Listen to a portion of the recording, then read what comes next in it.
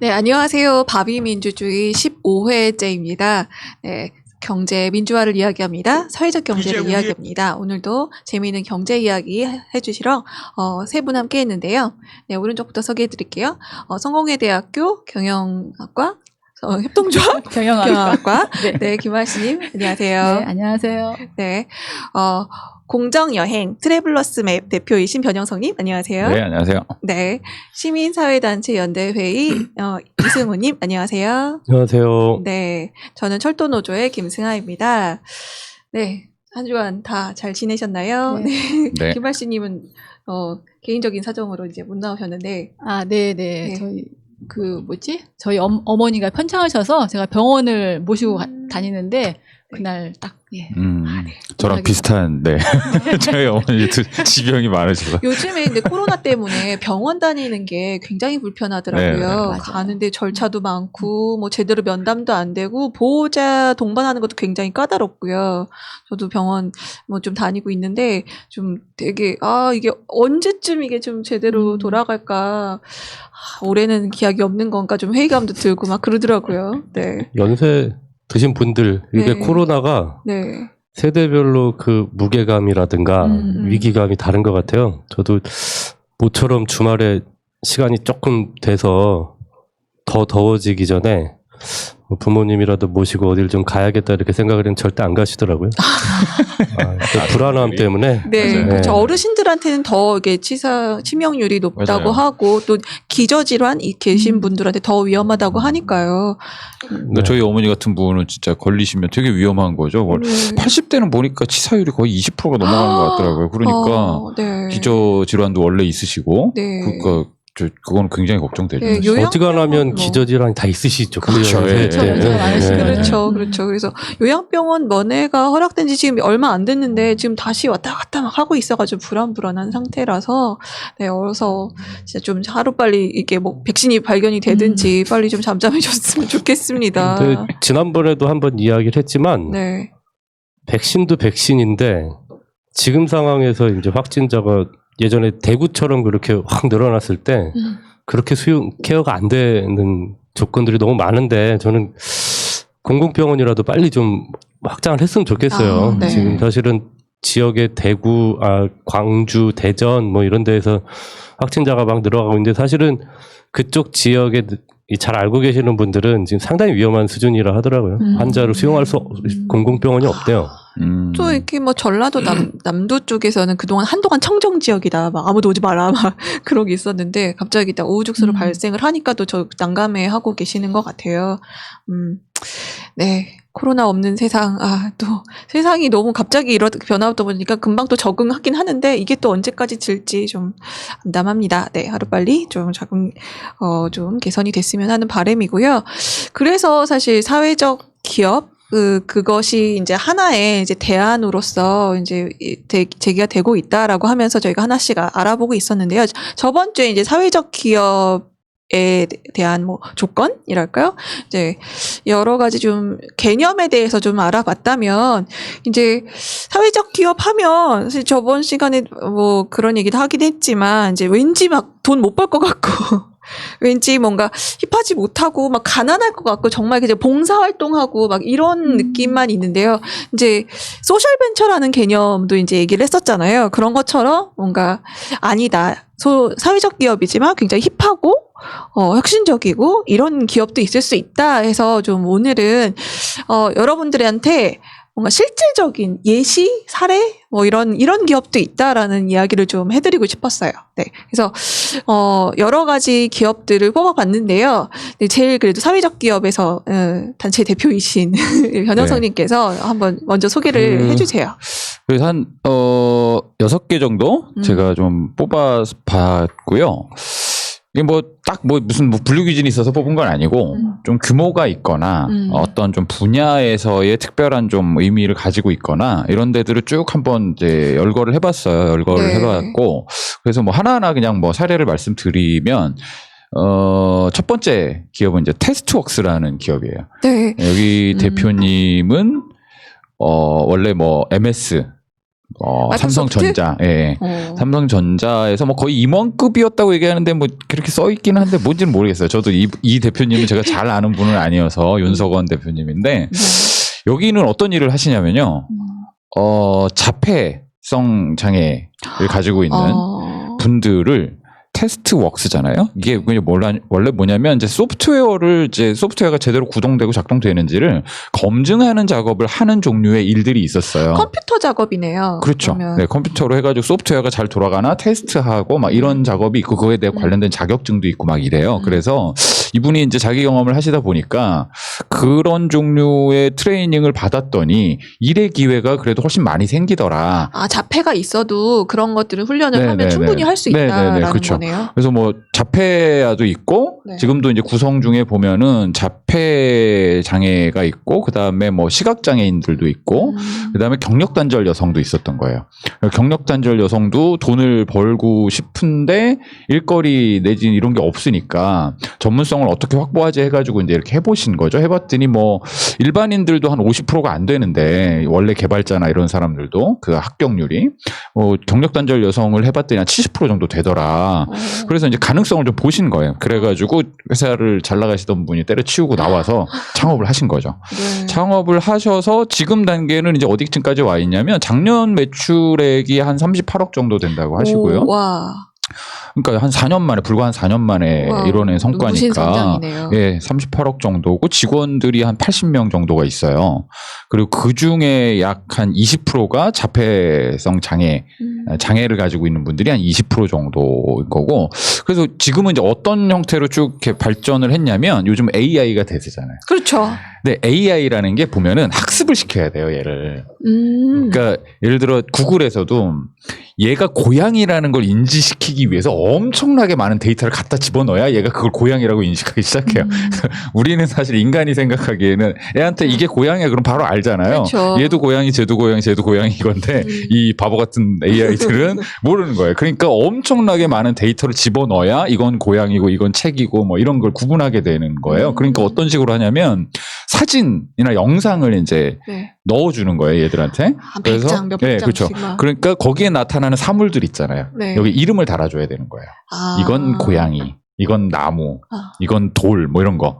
근데 그거를 할 수 있는 건 지금 AI가 그걸 못하니까 그렇죠. 할 수 있는 사람이 건 해줘야 사람밖에 되는 거네요. 없는 거예요. 그래서 자폐성 장애가 있는 친구들을 트레이닝을 시켜가지고 그 사물들에다가 이름을 달아주는 일. 근데 이 자폐성 장애라는 거의 특징이 좀 한 군데 네, 이렇게 몰입하면은 꽂히면 네, 그렇잖아요. 굉장히 물론 그렇다고 정교하게. 뭐 쉽지는 않았던 것 같아요. 온갖 문제들이 있었는데 그거를 좀 극복해 가시면서 그런 역할들을 수행하고 한쪽의 비즈니스 그때 이제 한번 발표하실 때 얘기하셨던 거는 뭐였냐면은 장애인들 원래 의무 고용 비율이 있잖아요. 이게 그렇죠. 2%인가? 그리고 거기다가 이제 사회적 기업이 되려면 뭔가 그쪽 분야로 더 퍼센트가 높아져야 되는 거 아니에요? 꼭 그렇진 않아요. 유형에 따라 뭐 취약계층 고용형의 경우에는 그 비율이 이제 30% 이상이 돼야 되는데 취약계층 고용형이 아닌 경우에는 꼭 그러지는 않아도 돼요. 그러니까 이제 50인 이상 기준의 대기업, 그러니까 기업 집단에서는 어쨌든 이 의무 고용을 해야 되는데 근데 보통 안 하잖아요, 이거 다. 그렇죠. 안 하고 그냥 벌금 내고 말잖아요. 근데 이게 이걸 대체할 수 있는 제도 하나가 뭐냐면 장애인이 생산한 제품이나 서비스를 회사가 구매를 하면 이걸 감해 주는 거예요. 아하. 의무 고용을 하거나 아니면 장애인들이 고용되어서 일하는 곳에서 만들어진 어떤 서비스나 제품들을 구매하거나 이걸 이렇게 둔 거예요. 그래서 이분들은 이제 여길 뚫으신 거죠. 보통 이런 큰 AI나 뭐 이런 거 개발하는 데는 대기업들이니까 대기업에서 의무고용제도를 못 지키고 있는 그런 요소들까지를 합쳐가지고 실력과 그런 제도적 보완 요소화를 합쳐가지고 이걸 비즈니스 모델화 하신 거예요. 아하. 네. 되게 괜찮은 네네네. 모델이네요. 그렇죠. 그래서 막 이렇게 굉장히 빠르게 성장한 기업이 된 케이스입니다. 그렇죠. 또 그렇다고 해서 장애인을 고용해서 이제 성과가 그만큼 안 나오면은 또 안 될 텐데 그만큼 또 실력으로 커버를 하면서 네네네. 네. 그런 대기업의 그런 맹점을 또 파고 들어가지고 그런 비즈니스 시장을 만드셨다는 게 대단한데요. 사실 뭐 저번에도 말씀드렸다시피 뭐 사회적 기업에서 장애인들 고용하면은 뭐 장애인 베이커리 뭐 이렇게 단순한 뭐 마스크 제작이나 뭐 이런 것들 제조업들만 생각을 했는데 IT 계통에서도 가능하다라는 걸 보여준 되게 좋은 사례인 것 같아요. 네네. 네. 그러니까 이게 제가 이제 항상 그 창업하는 분들이 사회적 기업을 창업하겠다고 하시면서 저지르는 실수 내지는 초기 단계 되게 미숙함 중에 하나가 장애인 고용을 해야 돼. 그러면 장애인이 쉽게 할 수 있는 거. 그럼 베이커리 뭐 이렇게 되는 그렇죠. 거예요. 그걸로는 안 된다. 장애인은 뭔가 이거밖에 못할 거야라는 선입견 같은 거를 이미 그런 우리도 것들이 갖고 있지 있어서, 않나요? 예, 모델을 그냥 이렇게 만들어 버리는 거예요. 그러면 이게 성공할 리가 없거든요. 진짜 힘들어요. 카페도 마찬가지고 장애인이 일하는 카페 이게 쉽지 않거든요. 카페라는 공간은 편하게 있으려고 가는 공간인데 장애인들이 서빙을 하거나 뭔가를 하고 있을 때는 내가 불편해. 네, 불편해요 마음이. 그러니까 이게 그분이 싫어서가 아니라 뭔가 다른 일이 생기지 않을까? 조마조마함들이 막 제가 보조를 네. 해야 될 것 같은. 그래서 여기는 그런 비즈니스를 그렇게 결합해서 하시면 안 돼요. 근데 이걸 그냥 단순 결합해서 이런 걸 하시는데 그렇지 않은 케이스들이 몇 개가 있는데 그 중에 하나고요. 하나는 이제 어둠 속의 대화라는 회사가 있어요. 어둠 속의 대화라는 그 공연이 있고요.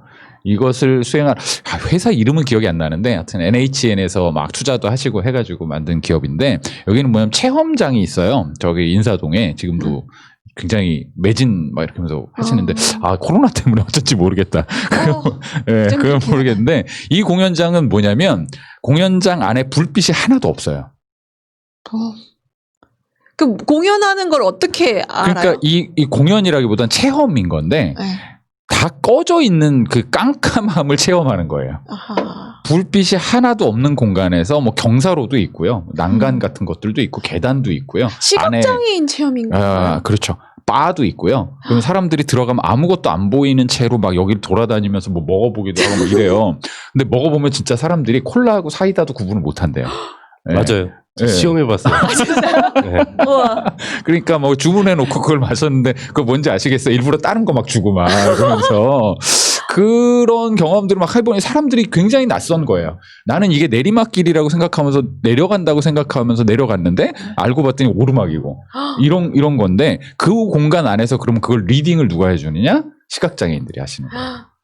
시각장애인들한테 여기는 이제 일반 시각장애가 없는 사람들에 비해서 월등한 능력을 가진 분들이 되시는 거죠. 그렇죠. 이런 케이스 그래서 시각장애를 가졌다는 것이 오히려 부각되고 강점으로 될 수 있는 종류의 사업을 만든 건데 물론 이거는 아이템은 한국에서 개발된 건 아니고 유럽 쪽에서 하던 게 여러 국가로 퍼지면서 그중에 한 사례가 한국에 들어와 있는 그런 사례들. 그러니까 이게 물론 쉽지는 않지만 장애인들의 일자리를 만든다는 건 그런 종류의 좀 고도의 기획들이 사실 같이 붙어야 되는 일이거든요. 네. 그런 사례들이 많지는 않고 테스트웍스는 그중에 어떤 영역들을 잘 만들어내신. 근데 말씀하시니까- 그러기 위해서 말씀하세요. 먼저 네. 얘기하세요. 아니요. 저 쓸데없는 얘기입니다. 아니, 저도 그러기 위해서는 우리가 이제 평소에 장애인과의 밀접한 접촉이라던가 이런 걸 통해서 장애인에 대한 어떤 그 감수성 이런 것들은 높이지 않으면 사실 그 이해가 떨어지기 때문에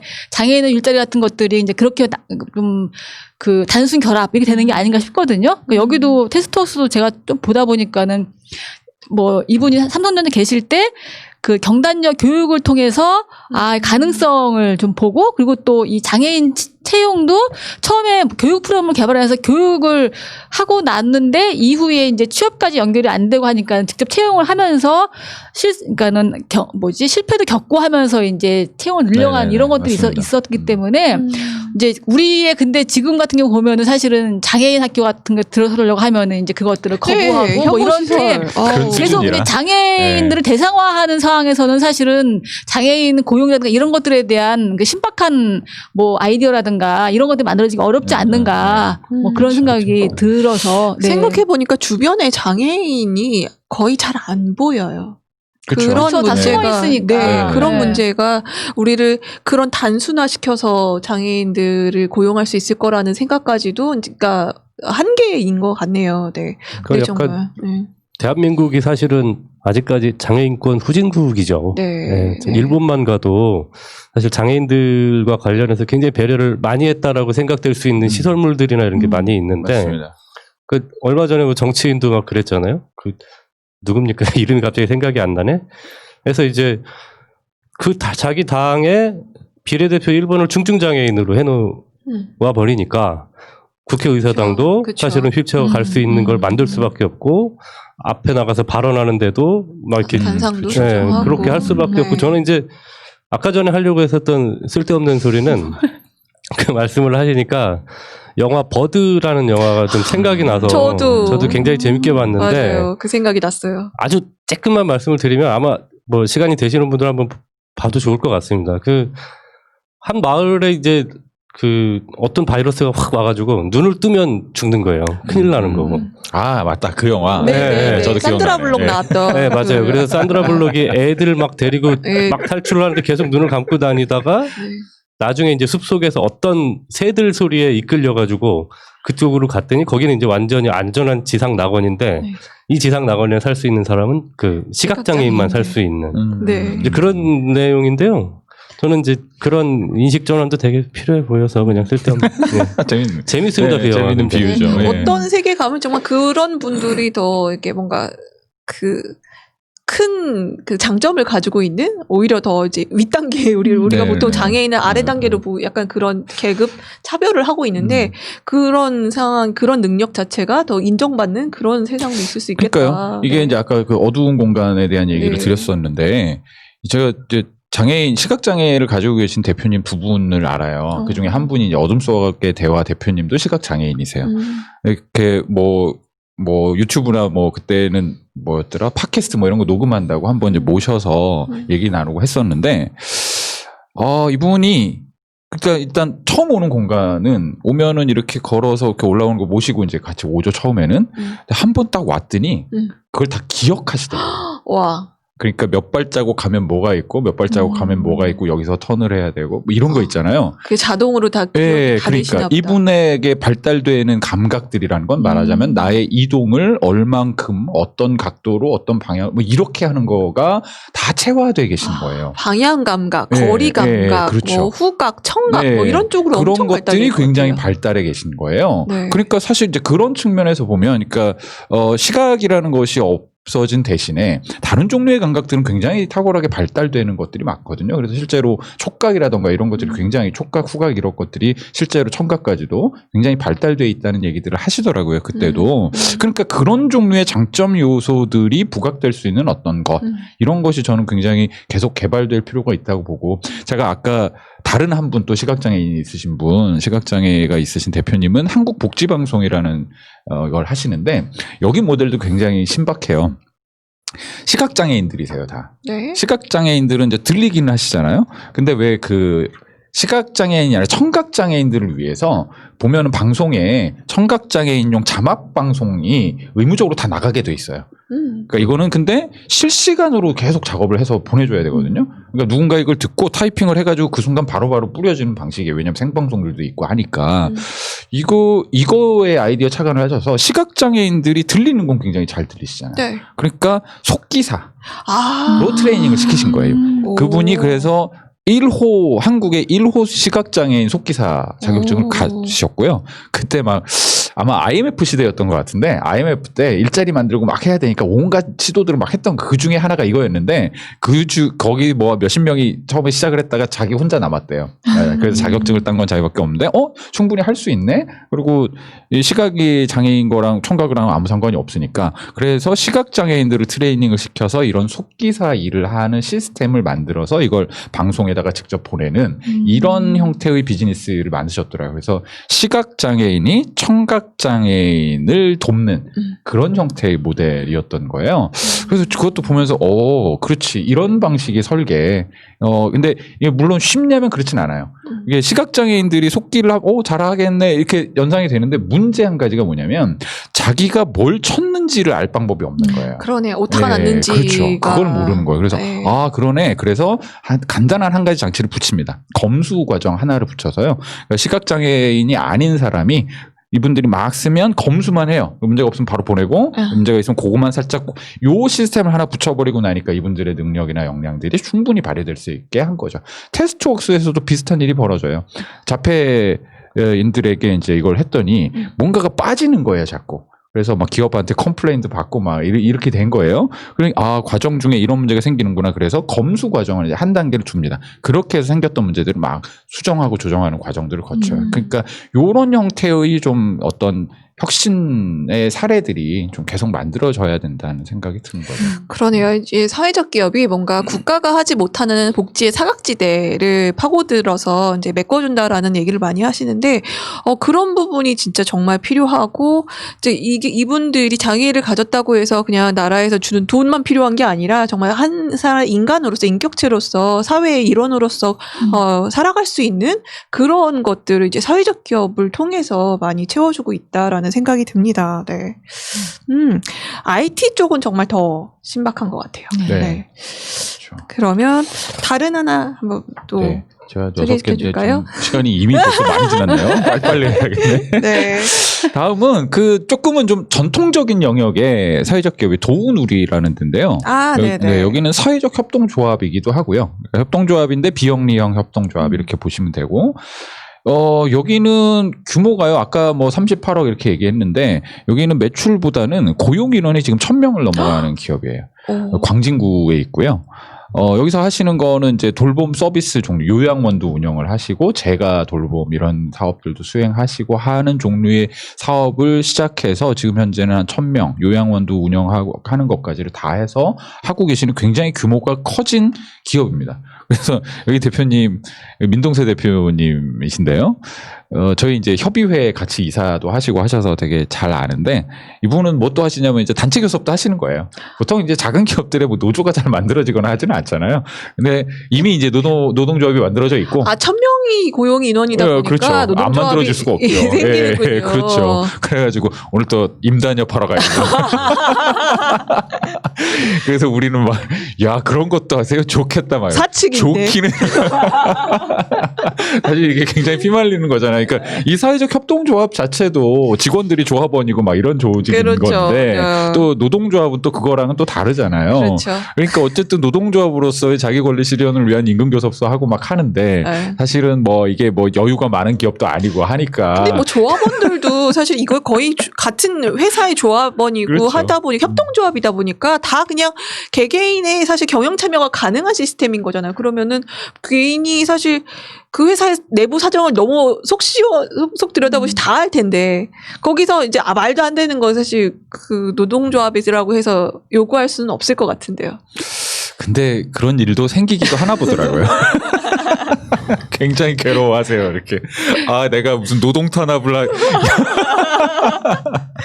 이제까지 싸워온 거 봤지 사측이 돼가지고 교섭하리라고는 하여튼 그 정도까지 이제 규모화. 그래서 아마 대기업으로 분류가 아마 될 거예요. 고용 인원이 1,000명 이상이면. 근데 비영리 기업이잖아요. 그렇죠. 그래도 기업이에요. 사회적 협동조합이란 건 기업으로 간주됩니다. 그러니까 정부의 여러 직제상 기업인 거가 맞고요. 그리고 어떤 일이 벌어지냐면 광진에 이런 이제 큰 기업이 사회 안에 있으니까 여기에 이제 광진 협동사회경제 네트워크 이런 네트워크 조직도 만들어지고요. 여기가 3년 전인가 건물을 같이 공동으로 매입해요. 한 40억짜리 정도에. 공동으로 다른 회사 그렇죠. 여러 회사들이 입주도 하고요. 그래서 그 안에 여러 돌봄 서비스, 아이들을 위한 거, 그다음에 어르신들을 위한 거, 이런 돌봄 서비스, 그다음에 의료와 관련된 것들, 이런 것들이 쭉 같이 입주를 합니다. 일종의 여기가 커뮤니티의 허브 같은 역할. 왜 도시재생 이런 거 하면은 무슨 앵커 시설 이런 거 만들어야 된다 그런 거 하잖아요. 그런 지원 없이 그냥 스스로 그분들끼리 모여서 이런 시설을 만드신 거예요. 그래서 여기 막 같이 입주도 해 있고요. 그래서 그 사례가 굉장히 의미 있는 사례가 되다 보니까 2호점도 이제 만들고 계세요. 네. 그러니까 이런 그 큰 종류의 일을 하는 기업들이 지역에 뿌리 내리게 되면 지역 사회 전체를 긍정적으로 막 바꿔가는 큰 힘이 되더라라는 점에서 이제 두 번째는 이제 도우누리를 제가 지금 말씀하신 그게 공동 자산화라고 그러죠. 네. 네. 이게 거기에 그러니까 보통 사회적 경제 기업들이 규모가 작고 이제 돈도 많지 않은데 조금 있다 보면은 이렇게 세가 올라가고 막 이러잖아요. 그러니까 이제 그런 기업들이 다 한꺼번에 같이 모여서 하나의 건물에 원래 내던 보증금을 내서 그 건물을 공동 대출받고 해서 이제 매입을 하는 거죠. 예, 그렇죠. 그래서 저도 지난번에 한번 얘기 들었었는데 이런 거는 다른 지역도 조금만 힘을 합치고 아이디어를 좀 모으면은 가능한 부분인 것 같더라고요. 그렇게 되면 이제 한 곳에 센터처럼 이용할 수 있는 곳이 되고 그러니까 이제 좀 더 그동안 월세 내던 것들을 적게 내고 이러면서 사회적 경제 기업이 좀 발달할 수 있는 더 성장할 수 있는 그게 되는 것 같아서 보통 월세 때문에 계속 쫓겨나고 막 이동하는 경우가 맞습니다. 많더라고요. 그래서 그런 널리 알려서 모범이 돼야 될 게 실제로 작년 재작년 정도부터 허그라고 그 도시주택 보증공사인가? 주택보증공사. 네네, 허그. 도시주택공사. 허그에서 사회적 경제 조직을 대상으로 해서 건물 매입비의 80%까지를 10년 동안 1.5% 굉장히 저리죠. 대출을 실행해주는 걸 하고 있어요. 그래서 처음에는 이거 누가 어떻게 하지 막 이랬는데 지금은 거의 이제 그 매년 할당됐던 거를 계속 넘겨서 막 밀려 있을 정도로 그런 수요들이 많이 이제 늘어났고요. 지역 단위의 작은 것들도 있고 뭐 한 100억짜리 규모 정도 되는 것들도 있고 이런 것까지를 다양하게 시도해서 이 자산들을 만드는 작업들에 많이 좀 이제 활동들을 하고 계세요. 네, 그게 좀 좋은 것 같아요. 사실 아파트가 이렇게 임대료 같은 거 맨날 상승해가지고 젠트리피케이션이니 그래서 항상 더군다나 사실 사회적 기업이나 이런 봉사단체 같은 경우는 돈이 여유로운 게 아니라서 항상 어려움을 겪고 계시는데 되게 좋은 아이디어네요. 네. 또 하나 더 소개시켜 주신다면요? 다음에 제가 도우누리 다음에 조금 이제 여기는 청년 기업인데요. 아까 앞에 두 분은 조금 나이가 있으신 분들이시고 진짜 소셜벤처에 딱 어울리는 이런 분들. 트리플래닛이라는 곳인데요. 여기가 2010년 정도에 시작을 했어요. 그때 아마 제 기억으로 대학생이었나 아마 그랬던 것 같아요. 저도 그때 여기 소셜벤처 경연대회에 나와가지고 한국에 소셜벤처 경연대회가 있는데 거기서 이제 대상 받고 막 이랬었거든요. 근데 그때 아이템이 뭐였냐면 나무를 심어주는 건데 나무를 어떻게 하면 심어주느냐 게임을 만들어가지고 게임을 열심히 해서 게임 안에서 나무를 키워요. 그래서 다 키우면 스머프만 키우듯이 이런 거 매일 몇 시간마다 들어가가지고 물 주고 뭐 하고 뭐 이런 걸 해야 돼. 이거를 한 일주일 정도를 막 하면 나무가 다 크거든요. 그럼 실제 나무를 어딘가에 심는 거예요. 이런 형태의 비즈니스 모델을 만든 건데 근데 그러면 돈은 어디서 벌어 이거잖아요. 그렇죠. 돈 버는 모델은 기본적으로 CSR하고 연결해서 한 거예요. 기업의 사회공헌 활동으로 원래 나무 심기 이런 걸 막 하잖아요. 그 역할을 조금 게임화 시켜서 사람들이 재밌게 참여하게 만드는 형태. 일종의 기업으로서는 마케팅 활동인 거고. 그럼 게임 안에 그럼 기업 광고 같은 게 좀 들어가겠네요. 네, 누구의 후원으로 이렇게 하는 거다. 실제 돈 자기들이 게임을 해가지고 그 트리플래닛이 직접 나무를 심으면 그 회사가 바로 망할 거 아니에요. 그러니까 그 비용은 기업들이 내게 하고 사람들은 그런 어떤 환경적 가치를 좀 지키는 그런 일들을 하게 설계를 처음에는 했고요.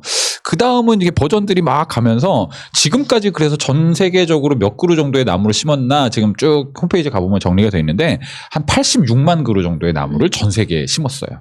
한 12개 국가인가 국가로 보면 막 이렇고 그 다음 단계로 막 발전했던 모델이 뭐였냐면 그 다음에는 숲을 조성하기 시작해요. 그러니까 나무를 심는 단계를 넘어가서 숲을 조성하는데 그러면 숲을 조성하는 비용은 누가 내? 여기에 이제 아이디어 몇 가지들이 나오는데 하나는 어떤 이제 사회적으로 우리 큰 아픔들이 있거나 재난들이 벌어졌을 때 그 재난 지역에 무언가를 심거나 하는 거, 뭐 산불이라든가 이런 네. 거 있었잖아요. 그 다음에 세월호를 기념하는 숲도 만들었어요. 그러니까 사실 이거는 이제 이 사람들의 기부 행위하고까지도 연결이 되는 거죠. 기부금을 내고 그렇게 하면은 그것을 기념하는 나무가 심어진 숲이 만들어지는 거고 그 다음에 되게 영리한 아이디어 중에 하나가 저는 뭐였다고 보냐면 연예인들의 이름을 붙이는 이제 숲을 만들어요. 스타숲. 예. 네, 저 예. 그거 봤어요. 저기 DMC 역 근처에 가면은 누구누구 숲이 네. 그 나무 시기라서 그 지역에 그 사람 스타 이름이 딱 적혀 있고 나무가 막 심어져 있는 거예요. 이거 뭐지? 했는데 진짜. 예. 그게 뭐냐면, 그러니까 숲을 만든다는 거는 사실 모두가 공감하는 필요인 거잖아요. 그런데 그걸 조성할 비용은 없어. 그 비용을 내는데, 그러면 스타의 숲을 만들 때 돈은 누가 내느냐? 팬클럽. 그렇습니다. 예, 팬클럽이 그렇게 연결한 거예요. 요즘에 지하철 광고가 요즘에 다 그런 분들로 다 도배가 돼 있잖아요. 누구야 뭐 사랑해, 누구야 생일 축하해 그런 거 없으면 내가 지하철 광고 다 굶어 죽을 거야 요즘에. 그래서 이게 그런 스타 숲이 뭐 BTS가 있었고 막 보면은 BTS와 뭐 보니까 뭐 투애니원 뭐 소녀시대, 뭐 하정우 막 이래가지고 한 80개 정도의 스타 숲이 지금 전 세계에 있습니다. 근데 매우 긍정적이네요.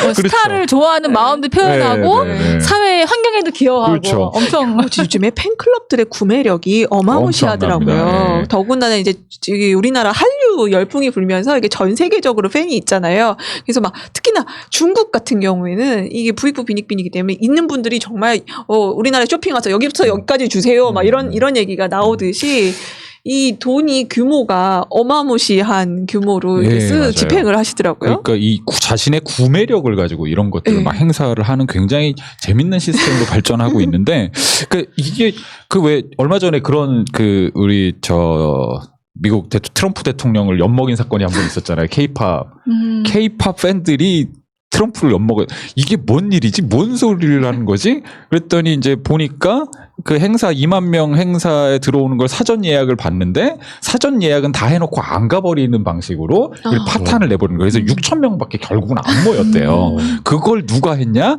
팬클럽들이 한 거예요. 네, 팬클럽들. 그러니까 특히 이제 K-팝 스타들의 팬클럽들인데 K-팝 스타들이 어떤 걸 지금 이렇게 계속 하고 있냐면 나한테 뭘 주지 마세요. 나한테 뭘 주지 마시고 나한테 줄 그것이 있으면 어떤 의미 있는 일, 가치 있는 일에 그 돈들을 해주세요라고 자기도 그걸 하고 그래서 왜 K-팝이 됐냐면 BTS가 그 인종차별에 반대하는 그런 이제 시민사회 쪽에다 기부금을 100만 달러인가 냈어요. 여기다 쏘라는 얘기구나. 그렇게 받아들인 거예요. 그러니까. 지령이 떨어졌다! 네, 그거를 가지고 정치적인 행위까지 막 하는 거죠. 보면은 맥락에서 보면 그런 맥락이 나온 게 이런 이제 스타들의 숲을 만드는 방식의 이 사고의 전환, 이런 것이 미친 영향이 크지 않았나. 이렇게 생각을 합니다. 그래서 되게 재밌는 그런 네. 통통 튀는 아이템으로 역시 젊은 친구들답게 이런 걸 하고 있는 환경 기업입니다. 생각도 하고 환경 보호도 하면서 이제 스타 마케팅까지 어쨌든 뭔가 의미 있는 행동을 할 수 있도록 약간 젊은 층들이 많을 거 아니에요. 그렇죠. 그러다 보니까 네. 이제 자연스럽게 개념을 그런 식으로 옮기게 해주는 것도 있고요. 과거에 뭐 그런 시도들은 많았죠. 사실 NGO 단체나 무슨 재단들도 홍보 대상이 뭐니 그렇죠. 스타를 좀 기용을 네, 하고 그런 근데 이제 거였죠. 확실히 인위적으로 그렇게 만드는 것과 진짜 진정한 팬심에서 저도 그 우리 박근혜 퇴진 촛불 할 때 이 이제 와서 공연을 하시는 분들 중에 급 팬심이 막 발동해서 뛰쳐나가고 이러고 싶으셨던 분이 있었는데 막 전인권 씨가 막 앞에 우리 이제 상황실 천막에서 네. 이제 그런 거를 자연스럽게 활용하는 게 중요할 것 같아요. 그러니까 예를 들면 어디 재단에 누구 잘 나가는 스타를 뭐 스타들이 잘 해주지도 않지만 뭐 이런 방식보다도 예전에 이효리 씨 그 54,000원 노란 봉투 캠페인 있잖아요. 네. 쌍용차 노동자들 손배 가압류 이 손해배상을 좀 하기 위해서 네. 그것도 굉장히 결국은 엄청난 돈이 모여서 아름다운 재단에서 그걸 관리하고 이걸 실제로 이제 그 노동자들을 위해서 쓰이고 뭐 이런 케이스들은 간간히 있었던 것 같습니다. 근데 나 지금 갑자기 그런 생각이 신박하네요. 나는데. 이거 BTS는. 저 투쟁할 때, 우리 어떻게 하면 이걸 알릴까 하는 고민들이 계속 이어지거든요. 그래가지고 어떤 국장님이, 야, 요즘에 이효리가 그 효리네 민박. 그거가 이제 JTBC에서 막 나오니까, 야, 거기다 신청을 해. 우리 가서 거기서 JTBC, 효리네 민박에 하루 묵게 해달라고 신청하라고 그래서, 그래, 막 미친년인 셈 치고서도 편지 써가지고 거기에 신청을 했던 기억이 나네요. 막. 됐어요, 그래서? 아니요. 부끄러우면 나이 먹고. 그 신청을 해야 되는 거였어요? 네, 그 JTBC 홈페이지에다가 신청도 하고, 막, 미친 짓을 다 했어요. 여기 다양한 걸 다 해야 되는 상황이었으니까. 네, 뭐든지 그렇죠. 뭐 못할 게 뭐가 있어. 그런 셈을 하긴 했는데, 그래도 정말 그런 뭔가 개념 있는, 요즘에 개념돌 막 이런 얘기도 하는데, BTS도 그렇고, 이효리 씨도 그렇고, 뭐. 저는 막 그런- 뭐 거리의 밥상 뭐 이런 네네네네. 프로그램들은 되게 좋았던 것 같아요. 네네네. 네. 그런 분들 계시니까 좀 이런, 좋은 취지의, 네. 캠페인이 그래서 이게 이제 되네요. 지금은 어디까지 조금 사업 영역들을 다각화하고 있냐면 이제 반려나무라는 개념을 이제 도입을 해본 거예요. 그래가지고 나무를 심는 거죠. 자기 이름으로. 왜 나무는 근데 방 안에다 심을 수는 없잖아요. 그러니까 어디 숲에 심고 거기에 자기 이름을 달아서 이걸 계속 같이 이제 한 번씩 갔을 때 보기도 하고 그 사례가 지금 그 서울로 고가 있잖아요. 7017 고가. 그 고가에 심어져 있는 나무들. 그것도 트리플래닛에서 그렇게 사람들이 반려나무로 해가지고 거기다 다 심어놓은 거예요. 그럼 나의 애완동물 뭐 이런 것처럼 그렇죠. 얘가 이름 계속 붙이고. 거기서 크고 있는 거예요, 얘가. 네. 그럼 뭔가 그래도 좀 애착이 생길 것 그렇죠, 같아요. 그렇죠. 가서 얘가 잘 네. 자라고 있나 좀 보게 되고 뭐 보약이라도 한제 해가지고 뭐 영양제라도 보약이요? 네. 좀 주고 싶어 하고 그럴 것 같은데요. 보약은 안 할 것 같아요. 그다음에 하나 집에도 갔다 왔던데요. 보니까 예, 맞습니다. 화분으로. 그래서 집에 그냥 놓을 수 있는 그런 종류예요. 이게 미세먼지를 흡수하는 굉장히 좋은 장치가 사실 식물이래요. 네. 그래가지고 뭐 교실에도 그런 걸 막 도입하려고 하고 그래서 뭐 실내 숲을 조성한다는 이런 마음으로. 근데 보면 미세먼지도 줄이고 아이들에게는 이제 생물하고 함께 있을 수 있는 그런 느낌의 그런 사업들도 하고 있고 하나 더는 그 이제 피해 지역, 그 재해 지역 막 이런데 나무를 심는데 그냥 나무를 심기도 하지만 커피 나무를 심기도 해요. 커피 나무를 심어줘. 그러면 이제 소득 창출로까지 연결이 되잖아요. 그래서 커피 나무를 심고 이걸 공정무역 방식으로 수입해 오는 이런 구조를 짭니다. 그래서 해외에다가 커피도 팔아요. 트리플래닛에서 커피를 판다고? 커피를 나무를 심어서 이제 그렇죠. 수확을 하게 그렇죠. 되는 수확을 거예요. 하면은 수입해 와가지고 이걸 잘 브랜딩 해가지고 지금은 왜 그 코워킹 스페이스들 있잖아요. 네, 저기 네. 뭐 위워크나 막 이런데 네. 이런 데에다가 이제 B2B 형태로 납품을 하는 거예요. 거기서 쓰는 커피는 이렇게 해서 생산된 커피를 공정무역으로 쓰는. 뭐 우리가 심은 그래서 나무에 이런 형태로 하여튼 나무 그래서 2050년까지 1억 그루를 심겠다 우리는 이런 목표로 굉장히 다양한 방식으로 나무를 심고 있습니다. 멋지네. 굉장히 멋지고 가능성이 높은 사업이라고 생각을 하는 게 사실은 이명박 대통령님이나 뭐 박근혜 대통령님이 워낙에 이제 국토를 특히나 4대강 같은 경우에 아마 난리가 아니게 좀 파헤쳐 놓은 데도 있고 그래서 지금 4대강 제자연화 사업이나 이런 게 환경단체들한테는 이슈인데 이런 거하고 결합을 해서 좀 하면은 사업성도 밝을 것 같은데요. 맞습니다. 그러네요. 감사해야 되는 건지 어쩐지 모르겠지만 아니 뭐 나무 정말 너무 소중한데 우리 좀 이 나무도 지금 왜 이렇게 높아 막 이거 왜 있어야 되지 막 가리는데 막 이런 대화했던 게 잠깐 부끄러워지네요. 큰 역할을 하고 있었어요. 네 여기서 그다음은 진짜로 그냥 커피를 공정무역 방식으로 정통적으로 지금 이제 만들어내고 있는 조직인 기업인 아름다운 커피. 네. 공정무역 시도하시는 곳들은 꽤 있는 것 같아요. 네네네. 네.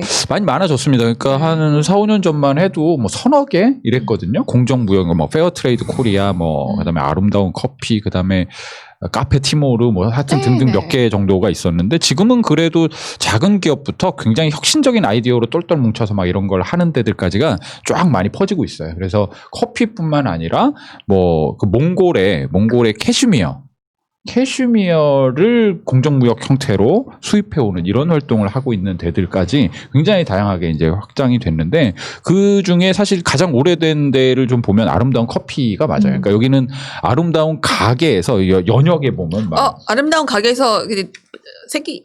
그렇죠. 아름다운 가게에서 막 연역에 보면 2002년부터 나와요. 이게 너무 오바야 이거는 사실 오바긴 한데 친해서 제가 그냥 드리는 얘기예요. 아름다운 가게의 정책실에서 연구 사업을 시작한 게 이제 2002년이에요. 근데 그때부터 커피를 팔긴 했었어요. 아름다운 가게에서? 네. 뭔 커피를 팔았지 그때는? 아니 그 기억이 좀 나긴 하는데 네. 커피 아마 다른 공정무역 커피를 수입해서 팔거나 아마 이러셨을 것 같아요. 어쨌든 이때부터 연구를 시작해가지고 이걸 이제 사업단을 만듭니다. 그러니까 아름다운 가게 안에다가 사업단을 만들어서 쭉 하던 거가 2014년, 5년 정도에 독립을 해요. 그래서 재단을 분리시켜가지고 아름다운 커피가 이제 독립재단으로서 이 사업을 그대로 고스란히 받아서 이제 운영을 하고 계시고 지금은 이제 주요 사업장, 그러니까 여기에 공정무역의 포인트는요, 사실 이걸 수입해서 파는 데 있지 않아요. 물론 그건 굉장히 중요합니다. 그리고 사실 굉장히 더뎌요 지금. 약간 공정무역을 원하는 게 그 이익이 그 생산자 그렇죠. 그 지역에 돌아가게끔 맞습니다. 하는 거 아닌가요? 그 구조를 만드는 게 사실 가장 어려워요. 아까 장애인 얘기도 했잖아요. 네. 장애인들이 일을 잘할 수 있게 만드는 건 그냥 하게 둬서 되지는 않거든요. 어떤 종류의 혁신들이 그 일하기 위한 과정 안에 막 녹아 들어가야 그게 되는 거예요. 근데 공정무역도 마찬가지입니다. 공정무역 산지가 어려움을 겪고 있는 건 그 굉장히 헐값에 막 이런 것들을 판매할 수밖에 없는 건 사실은 질 관리도 잘 안 되고 뭔가 품질이나 이런 거에 뭐 이렇게 효과성도 떨어지고 막 하니까 생산량도 떨어지고 그래서 그런 것도 있거든요. 그러니까 그 문제를 해결해내지 못하면 그래서 이 커피 자체의 질을 높이고 이걸 친환경적으로 재배하고 하는 거의 시스템을 현지에다 하지 못하면 여기서 팔 수가 없는 거예요. 그렇죠. 그러니까 애초에. 이걸 만들어내는 게 사실 가장 큰 포인트입니다. 그 질이 높지 않으면 사람들이 사주지도 않을 거니까요. 그렇죠. 공정무역 한다고 네. 해서. 쉽게 얘기하면 부역만 하는 게 아니라 컨설팅까지 해야 되는 그렇죠. 거죠. 가가지고요. 그래서 실제로 ODA 자금 이런 거 막 다 끌어다가요. 코이카 이런 데서 이 사업이랑 막 연결을 해요. 사업비 따가지고 막 그 보고서 맨 그런 거 써가면서 이 기업이 그냥 이윤 안 나는 활동인데 그냥 막 투입할 수는 없잖아요. 그러니까 개발하기 위한 비용도 만들어내고 가서 그리고 저도 이제 그런 종류의 공정 여행이니까 해외 분들하고 많이 그런 것들을 해보는데 정말 돌아버려요. 같이 일하려면 지인들하고 일하려면 이 마인드가 서로 전혀 다르기 때문에 이분들은 굉장히 느긋하시고요. 뭐 하면 되지 뭐 이런 마인드고 막 네. 한국인처럼 그렇게 근면한 네, 맞아요. 많지 않아요. 그런 사람이 전 세계 아무 데도 없어요. 네. 그래, 우리 미쳐버리는 거예요. 아니, 언제까지 뭘 하시기로 해놓고 안 해. 다음번에. 왜 안 하셨어요? 이제 해야지. 하면 되지 뭘. 그러니까 이게 그냥 커뮤니티 활동, 동아리 활동 같은 거면 그럴 수 있어요. 근데 이건 생산 활동이잖아요. 나쁜 길 안 지키면 그러니까요. 큰일 나죠. 그러니까 이분들의 이 감성과 이런 거를 적어도 일할 수 있는 상태로 막 바꾸는 이거부터 시작을 해야 돼. 어떻게 사람들 교육부터 다시 시작해야 돼. 네, 처음부터. 맞습니다. 우와. 그래서 실제로 가서 교육부터 시키시고요. 우와. 청소부터 시키세요. 마을이 너무 지저분하니까. 막 이런 걸 해야 그 다음에 커피가 나오는 거예요. 그래 커피 생산 시설도 당연히 없죠. 창고도 뭐 되게 막 허름한 막 관리 안 되는 이런 창고 막 이 상태고 막 습기 때문에 어쩌고 저쩌고 이걸 하나하나 다 해결해서 산지를 세팅해야 들여옵니다. 그래서 그걸 지금 하고 있는 데가 네팔하고 페루하고 그 다음에 루안다, 그 다음에 인도네시아 여기까지를 지금 개발을 하셔가지고 그 작업을 해내고 있습니다. 그래서 이게 판매가 되는 속도가 성장하는 속도는 굉장히 더디지만 그 점에서 조금 좀 안타까운 게 있어요. 이게 왜 이렇게 잘 안 되지?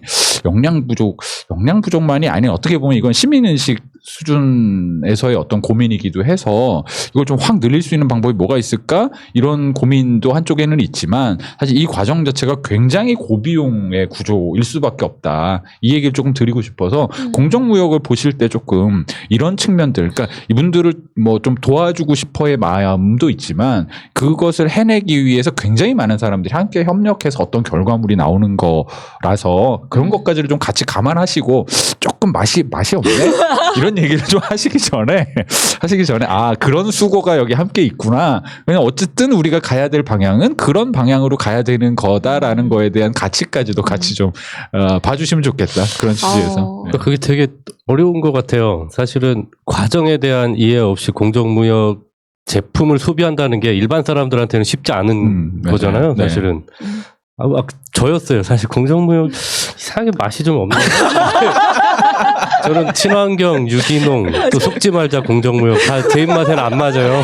MSG 안 들어간 거 싫어하시죠? 네, 근데 이제 어쨌든 선한 영향력을 전파한다라고 하는 사명 의식으로 먹기도 하고 뭐 합니다만은, 근데 정말 어려운 문제 같다는 생각이 드는 거예요. 이게 이 과정에 대한 이해 없이 뭐 공정무역 제품을 사는 사람이 이 과정을 다 이해하는 사람만 이걸 사게끔 되어 있지 않기 때문에 수익을 내려면 또 일반 사람들이 널리 사용해야 되는데 이게 되게 어려운 고민일 것 같아요. 근데 그거는 좀 비슷한 것 같아요. 아까 앞에 얘기했던 어디였죠? 그 IT 업체 테스트웍스라든가 그 플래닛 트리플렛 이런 데가 둘 다 보면은 사실은 굉장히 어떤 의무감이라든가 가치 같은 거를 갖다가 자연스럽게 그렇죠. 경제적 이해하고 네. 결합시켰잖아요. 그렇죠. 근데 이제 그래서 저는 이제 공정무역이 가지는 그런 긍정적인 측면이 있는데 그거를 우리나라에 갖고 와서 더 판매하게 하는 거는 사실은 그 스토리를 어떻게 담아내느냐라고 하는 측면과 그런 마케팅 차원에서, 그리고 또 한 가지는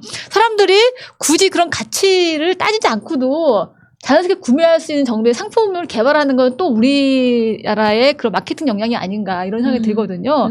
그래서 그거는 또 우리나라의 사회적 기업이라든가 협동기업이라든가 그런 사회적 경제를 운영하시는 분들이 좀 더 개발해야 될 부분이라는 생각도 들더라고요. 네, 맞습니다.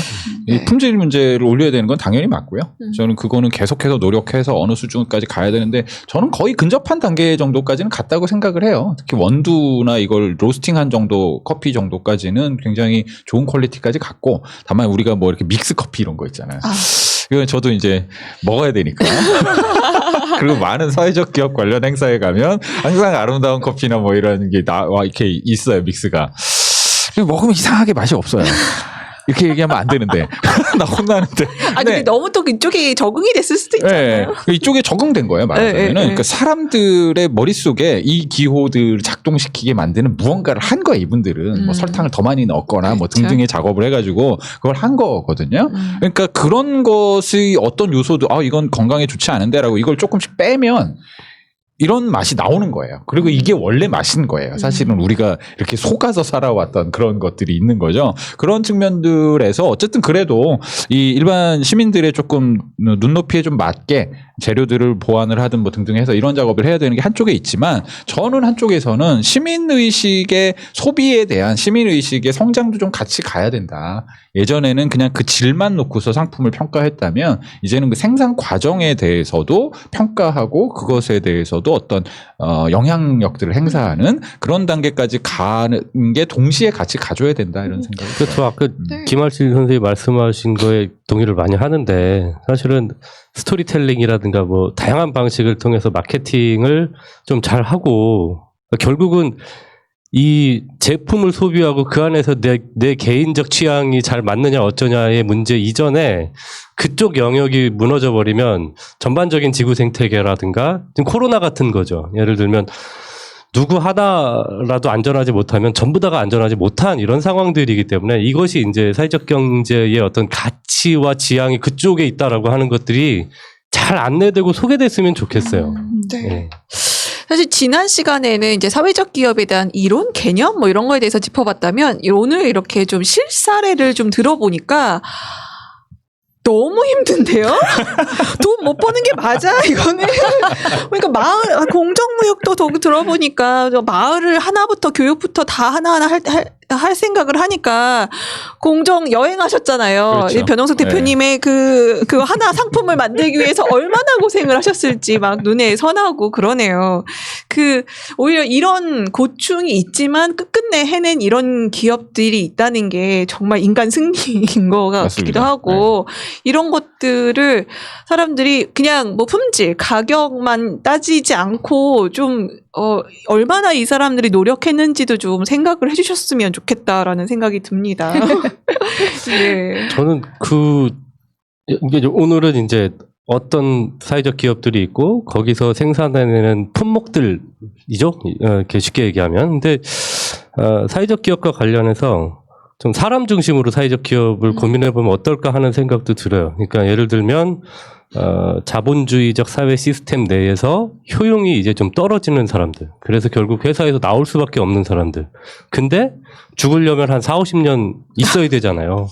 사실은 이 베이비 부모들 어마어마하게 쏟아져 나올 텐데 나오고 있고. 근데 사실은 소득 없이 4, 50년 산다는 건 재앙이거든요. 맞아요. 그리고 이분들이 소득 활동을 한참 열심히 해서 아이들을 다 키우고 어쩌고 하고 나서 그 이후에는 사실 소득이 높은 것보다 소득은 좀 적더라도 일단 사회적 가치를 창출하고 그다음에 내가 경제 활동을 계속 이어갈 수 있다라고 하는 게 훨씬 더 중요해지는 시점의 분들이 사회적 기업이라든가 이런 쪽으로 많이 유입이 되면서 경제 활동도 이어가고 사회적으로도 좀 보탬이 되는 그런 일들을 할 수 있는 게 좀 만들어지면 좋을 것 같다는 생각을 좀 많이 했습니다. 네. 오늘 여러 가지 이제 보통 저번 시간에 약간 사회적 기업 하면 떠오르지 않았던 좀 새로운 아이템 뭐 이런 기업들 소개를 하면서 이제 이야기를 나눠봤는데요. 뭔가 그 사회적 기업이 하는 역할이 정말 대단하다라는 느낌이 듭니다. 이런 복지의 사각지대 우리가 진짜 말씀하신 대로 사람이 하나의 인격체로서 이제 오랜 시간 이제 돈을 벌지 못하는 지금 상황에 있는 처하신 분들도 계시는데 그런 분들까지 좀 케어할 수도 있고 또 정말 약간 사람들이 공생할 수 있고 함께 살 수 있는 그런 길을 찾아가는 게 사회적 기업이지 않은가. 그런 면에 있어서 오히려 우리가 지금까지는 너무 이윤 추구하는 그런 기업들의 상품에 이렇게 쩔어서 살고 있었다면 뭔가 이런 물품의 소비, 그런 나의 행동 하나하나가 정말 사람들이 같이 살게 만들어주는 그 작은 행동? 실천이 아닐까? 그런 생각이 듭니다. 네, 앞으로도 사회적 기업 이런 부분은 뭔가 좀 많이 소개가 됐으면 좋겠어요. 이런 얼마나 큰 고충이 있었는지 이제 느끼고 나면 사실 좀 이렇게 마음이 달라지거든요. 이게 단순하게 이제 커피가 맛없어 이것보다는 그 커피가 만들어지기까지 얼마나 힘든 과정을 겪었는지 스토리를 알면 또 사람들이 달라진다고 하시잖아요. 예, 이런 부분도 마케팅에 분명히. 근데 오늘 오히려 네. 사회적 기업에서 만든 커피는 맛없구나 이렇게 인식되지 않을까 싶어서 걱정입니다. 그렇지 않습니다. 그렇지 않습니다. 네. 아름다운 커피를 전하오겠어요. 그게 오가닉이 원래 처음에 좀 한데 맛있어요. 일단 맛있습니다. 네. 예. 요즘엔 또 이렇게 사람들이 자연주의로 돌아가기도 하고 옛날에는 사실 MSG 안 들어가면은 다 맛이 없다라고 생각했지만 지금은 또 이렇게 거기에 적응해서 이제 진짜 순수한 맛들 찾아가시는 분들도 굉장히 많잖아요. 그렇죠. 네. 그러면서 이것도 변화하고 우리가 발전하는 과정이 아닐까. 맛이 없다기보단 좀 다른 맛이다. 네. 다른 맛있더라고요. 예. 이제 와서. 네, 물론 우리가 사회적 기업들 소비해주는 것 분명히 우리가 함께 행동하는 길이라는 거 뭔가 메시지가 전달이 됐으면 좋겠습니다. 네, 오늘 사회적 기업 소개하는 영상 함께 봐주셔서 감사합니다. 수고하셨습니다. 수고하셨습니다. 네, 감사합니다. 현재로 저들을 물리치자. 바이러스에게는 마스크가 없다. 어서 가자 바이러스보다 먼저.